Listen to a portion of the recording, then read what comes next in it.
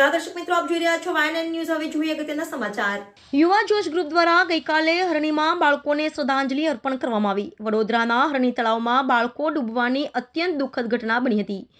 તેને ધ્યાનમાં લઈને જે માસૂમ બાળકો અને શિક્ષકો દેવલોક પામ્યા છે તેમની આત્માને શાંતિ મળે તેમજ જે અધિકારી જવાબદાર છે તેમના વિરુદ્ધમાં ફરિયાદ થાય તે હેતુથી ગઈકાલે સાંજે ઉંડેરા રૂબી સર્કલ પાસે ભાવપૂર્ણ શ્રદ્ધાંજલિ અર્પણ કરવામાં આવી, જેમાં જયેન્દ્રસિંહ ચૌહાણ, કુલદીપસિંહ વાઘેલા, ધ્રુવ પંડ્યા, શબ્બીર ચૌહાણ, આકાશ ખ્રિસ્તી તમામ લોકોની ઉપસ્થિતિમાં શ્રદ્ધાંજલિ અર્પણ કરી। રિપોર્ટર રાહુલ રાજપૂત, વાયન news, Vadodara.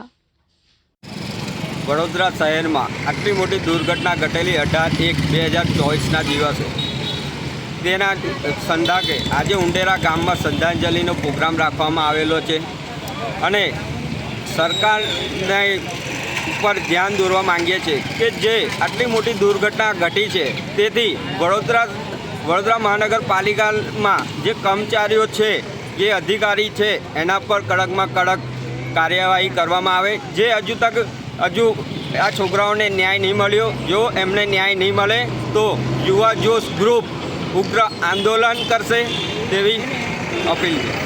Subscribe now and press the bell icon. Never miss an update.